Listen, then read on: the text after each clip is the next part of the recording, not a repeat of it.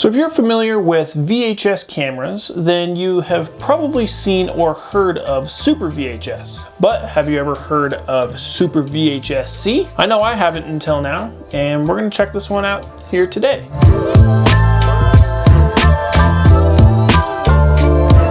Hey there, welcome back to my camera collection. In today's video, we're going to be checking out the JVC GR-SXM250. We'll be going over some of the specs on this camera, along with looking at all of the physical features of it. And at the end of the video, I will share some of the video footage that comes out of it, so you can get a clear representation of what it looks like and sounds like. So without further ado, let's get into today's video. I want to start out the video by thanking Cyclone Cord by bringing Super VHS-C cameras to my attention. He was telling me and showing me some of the cameras that he has that are Super VHS-C, and I found quite a bit of an interest in those cameras, so I decided to look for one for myself, and this is the one that I have picked up. So the JVC GR-SXM250 came out in 2003, which I actually thought it was a lot older than that. I didn't know that they made VHS-C all the way up to 2003, and I'm not exactly sure what the price point was on it, but I can guarantee that it was probably a little bit more hefty of a price, considering that it was Super VHS rather than just regular traditional VHS-C. So if you don't know what VHS-C is, it stands for compact VHS. It's still the entire VHS system. They just found a way to make smaller tapes and be able to put them in more palm-sized camcorders, rather than having to have big bulky ones up here on your shoulder, because, you know, Honestly, VHS tapes are probably about the same size as this camera. And I believe VHS-C debuted in like 1984. 1984 to 2003, the VHS-C system has been out for almost 20 years since this camera came out, which is crazy to think about, because VHS-C came out in 1984, this camera came out in 2003, and it's now 2023. So that's like a 40-year gap. So this camera is 20 years old, and then VHS-C is also 39 years old. That's kind of weird to put into perspective. So enough rambling about that, let's check out some of the specs on this little fella, huh? So this guy does have a 2.5-inch LCD screen on it, and it's a little disappointing because the screen itself is honestly really big, the flip out portion of it, but the screen that you actually see an image on is so much smaller than the whole screen. So it's a little disappointing. It seems a little smaller than a 2.5-inch LCD screen. It does have digital image stabilization on it, and unfortunately the viewfinder is in black and white, which kind of sucks, because I feel like in 2003 they should be pretty updated by that point, because I have another JVC VHS-C camcorder, and I'm pretty sure the viewfinder on it had a colored viewfinder, so kind of interesting that they went with a black and white one on this. It has a 16 times optical zoom along with a 600 times digital zoom, and we'll test that. We'll see how great that is. It has a super low lux system in it, so it makes the minimum lux on it lower than 1, so we'll test the low light capability of it. It also has 70 combinations of digital effects and digital transitions, so you can mix the two together and create 70 different kinds of little combinations there. It has 5 program AE selections in it. So you have Twilight, Sports, Fog, ND effect, or neutral density. So I guess it kind of has a ND filter in it. And it has high speed shutter in it with 1 in 2000 speed shutter. It also has 8 preset titles in English, Spanish, French, and Portuguese. And it also has manual focus, manual white balance, and manual exposure. It also has animations and time-lapse feature in it. And all of the spec information I actually found on the JVC USA website. So if you want to look at all the specifications of it, I'll leave a link to that website in the description below. Now, obviously I didn't list off all of the specifications of it. I listed off a lot of the important ones that I find important to the camcorder. So now that we have talked about the specifications of it, let's go around and look at the physical features on it. So let's start off at the front like I always do. It does have a 40.5 lens thread diameter on it. So if you want to run some form of a filter or a protective lens or a wide angle fisheye, that's the size that you would need. If you want to run a fisheye on it for the skateboarders out there, you're going to need some form of a lens adapter, like a step-up ring, because they don't make fisheyes in a 40.5 millimeter. Either look for a 52 millimeter, I think they make those, or a 58, and then you'll just have to get a step-up ring from a 40.5 to either a 52 or a 58 millimeter fisheye lens for it. Honestly, kind of a weird sized lens diameter on it. So when you do have it all the way zoomed in, it does have a f1.6 aperture to it, so it focuses in and gives a good blurry background when you're all the way zoomed in pretty well. I'm not sure what it is when you have it all the way zoomed out. Generally it says on the front. I can't actually see it on there. It doesn't say. Also on the front, you do have a little light here on the front. It does have one of the old school like bulb lights on it, so it's not like an LED light. So it's kind of more of an orange light to it, and I find it interesting because on the right side of it, it has a little caution thing that means hot. So I guarantee the light bulb that's in this gets really freaking hot. It is a mono microphone on it, so you don't get stereo out of it. Coming along the left side, obviously you have the screen that pops out here, and it is a 270-degree swiveling screen. There are no buttons here on the inside of the screen. You just have this little warning plaque, I guess you could say, because it's kind of like built into the body of the camera. But it pretty much explains that you want to open the screen before you eject the tape, because I think you can break the screen or something like that. The only button that is in here is the push button. So when you go to put your tape in and close the door, you push that little spot that says push, and it locks the tape deck door closed. Coming along the back, you do got your traditional style VHS-C battery on it. It has the three little contacts right there. Pretty much is the exact same as any other kind of VHS-C battery or camcorder. They all look the exact same. Along the bottom, you do have your battery release switch. It's very traditional to all other VHS-C camcorders. Coming along the right side, you do have your viewfinder here, and it is a black and white viewfinder like I said before. So JVC kind of, at least with their VHS-C camcorders, the adjuster for your eye is actually right behind the eye cup. So it's this little guy right here, and you can twist it counterclockwise and clockwise, and that's how you kind of magnify the little piece of glass that's in there. You do have your menu wheel, I guess. It pushes in like a lot of other camcorders do, but you push in to access the menu, and then you can use the scroll wheel to go up and down in the menu, and it's not finicky or anything like that like a lot of Sony camcorders are, so that's actually really nice. It's also your volume up and down for when you're watching playback. You do have a 5-second record button, so you can push that and it'll record a 5-second clip and then stop recording. You do have your rocker zoom.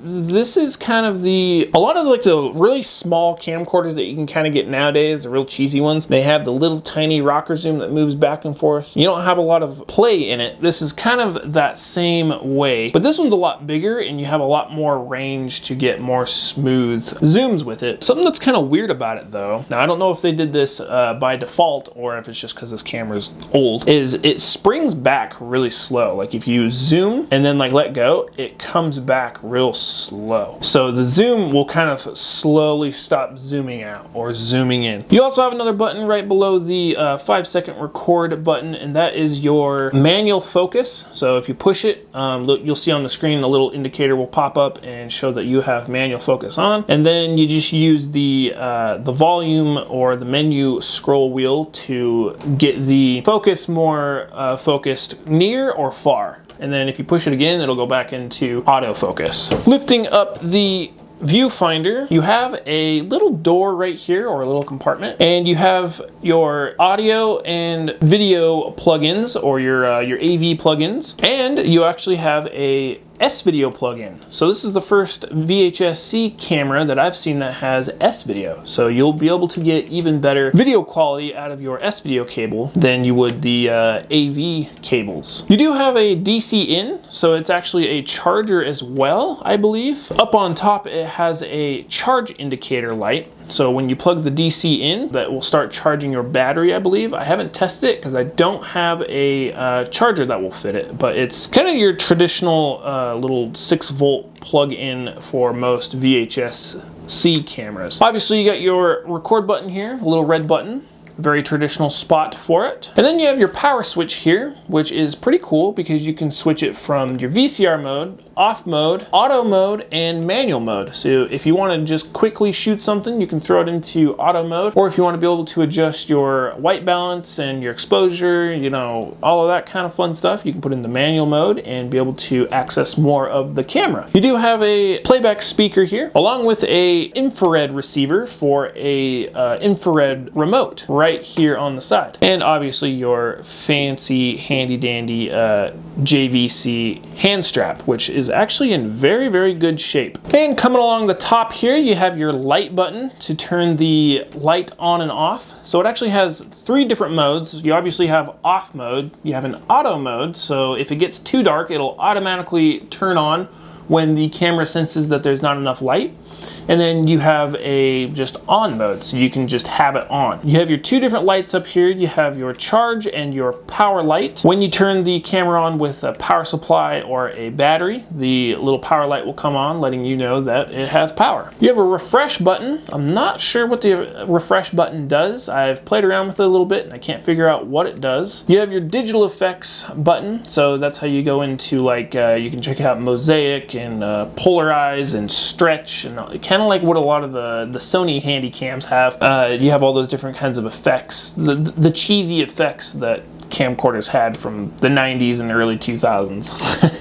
Although I kind of like the ones in here a little bit better than the Sony ones in my opinion. And I'll show you that in the example footage. You have your counter RM, fade and wipe. You can access the different kinds of transitions. And then you have your program AE. So that's how you can go into like Twilight and sports and like your ND effect and all those kinds of programs. And then you have this circular button here, and that is your playback functions. So the top one is your play and stop, left is rewind, and right is your fast forward, and on the bottom is stop, along with your eject switch for your tape to be able to eject the tape. Now, something I gotta just say about JVC, at least just VHS-C cameras in general, even though this is like a super VHS and it's supposed to be like high tech and higher quality of a VHS-C camera, for some reason they just feel so flimsy, and the plastic is always just so crappy and it makes noises. I mean,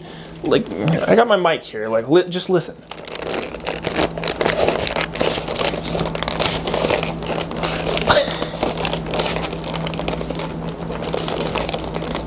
Like, you can hear the camera just flex in like all these different ways. Like, it's just really, really cheap plastic is what it feels like. So I know a lot of cameras felt this way in the 90s and early 2000s, unless you bought a very high-tech piece of camera equipment.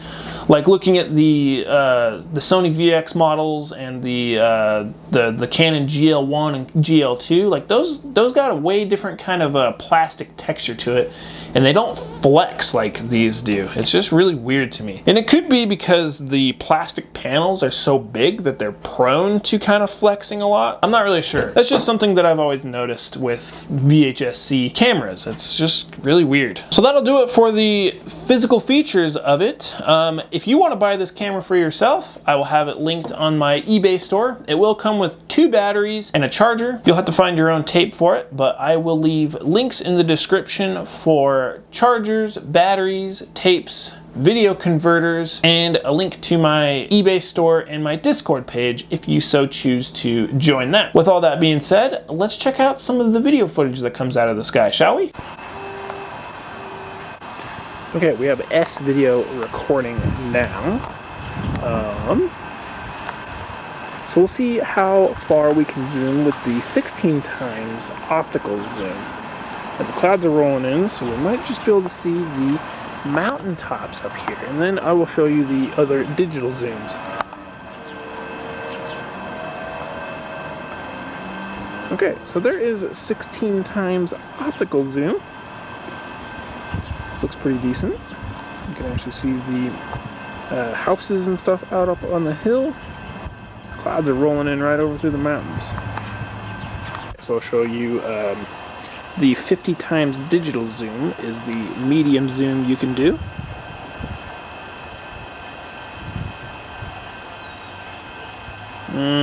Yeah, that don't look too good. At least on the screen here.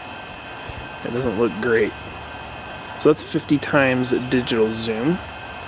Everything just looks like a blob to me. Okay, so get ready for the 600 times digital zoom. This is going to look like a big blob of nothing.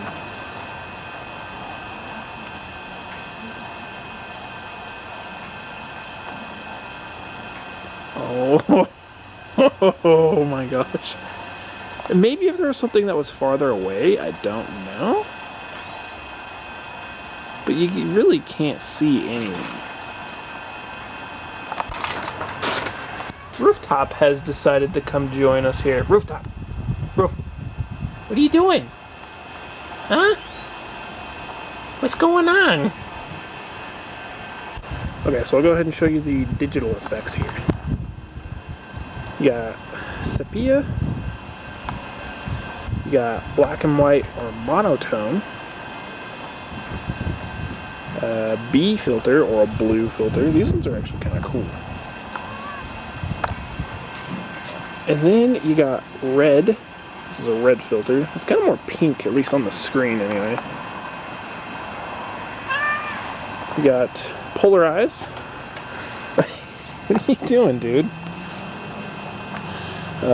Negative. I hate negative. It's terrible. What? What? Mosaic. Now, I do gotta say that the Mosaic actually looks a lot better on the JVC than Sony camcorders.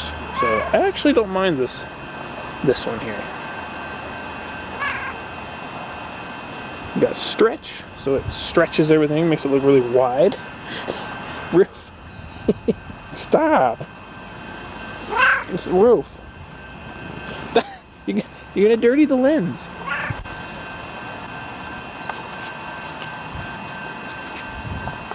Okay, so that was a black fade.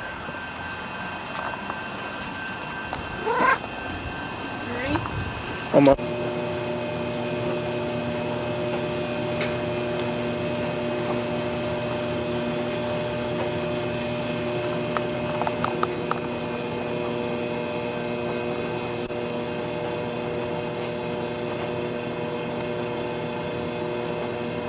Dude, it's so cheesy.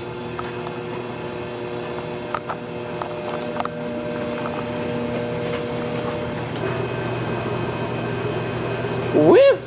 What are you doing? Uh-oh. Uh-oh. Oh no!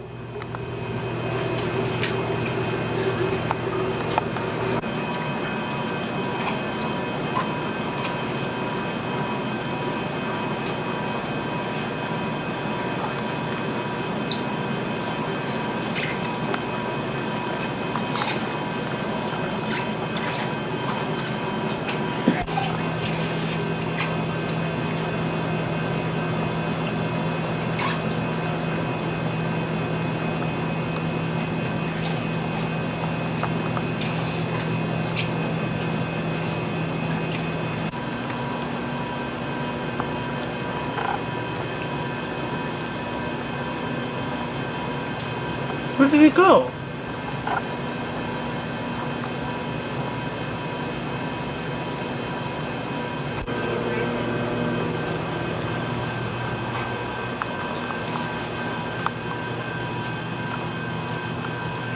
It was creepy.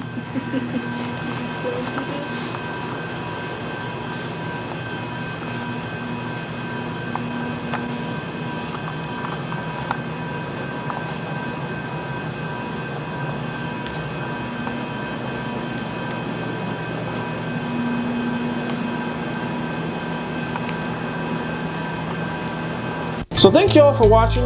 If you enjoyed it, make sure you like the video, and if you enjoy the content, make sure you subscribe, because we talk about old school retro camcorders pretty much on a weekly basis. And on that note, we'll see you in the next video. Have a good one.